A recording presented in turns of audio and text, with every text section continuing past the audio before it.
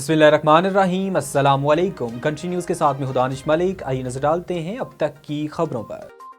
Azad Kashmir high court نے وزیر اعظم آزاد کشمیر تنویر الیاس کو نااہل قرار دے دیا۔ آزاد کشمیر ہائی کورٹ نے وزیر اعظم آزاد کشمیر سردار تنویر الیاس کو توہین عدالت میں سزا سنائی ہے۔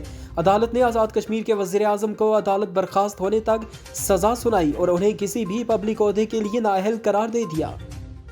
وزیر اعظم شہباز شریف کا عہدے کا حلف اٹھانے کا 1 سال مکمل ہونے پر بیان سامنے آ گیا۔ شہباز شریف کا کہنا ہے کہ مجھے مخلوط حکومت کے وزیر اعظم کی حیثیت سے حلف اٹھائے آج 1 سال ہو رہا ہے۔ یہ بڑے چیلنجز اور مشکلات کا وقت رہا ہے۔ پاکستان تحریک انصاف نے خیبر پختونخوا میں انتخابات کی تاریخ کے معاملے پر پشاور ہائی کورٹ سے رجوع کر لیا۔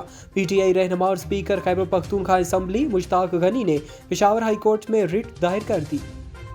اسلام آباد کی عدالت نے پاکستان تحریک انصاف کے رہنما علی امین گنڈا پور کے جسمانی ریمانڈ میں مزید 2 روز کی توسیع کر دی۔ علی امین گنڈا پور کے خلاف اسلام آباد کے گولڑا تھانے میں اشتعال انگیز گفتگو کا مقدمہ درج ہے۔ پنجاب میں انتخابات کے لیے سپریم کورٹ کے حکم پر 21 ارب روپے الیکشن کمیشن کو جاری نہیں کیے جا سکے۔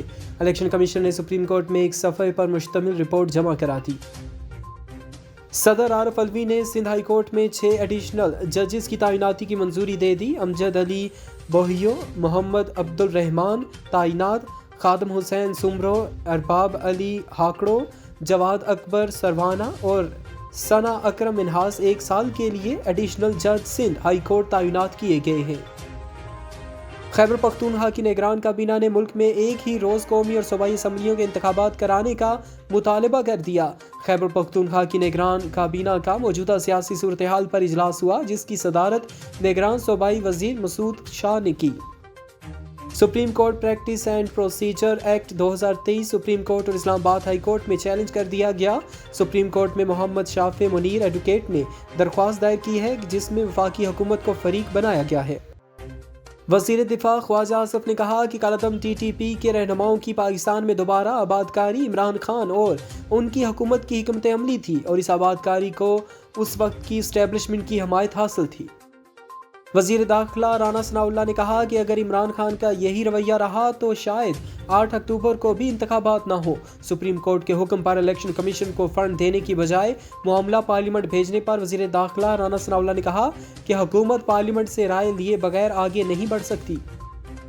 میں نے رمیز راجہ کو عہدے سے نہیں ہٹوایا، Najam Sethi. Pakistan cricket board management committee کے سربراہ نجم عزیز سیٹھی کا کہنا ہے کہ انہوں نے سابق چیئرمین رمیز راجہ کو عہدے سے نہیں ہٹوایا بلکہ انہیں خود حکومت تبدیل ہوتے ہی استعفیٰ دینا چاہیے تھا۔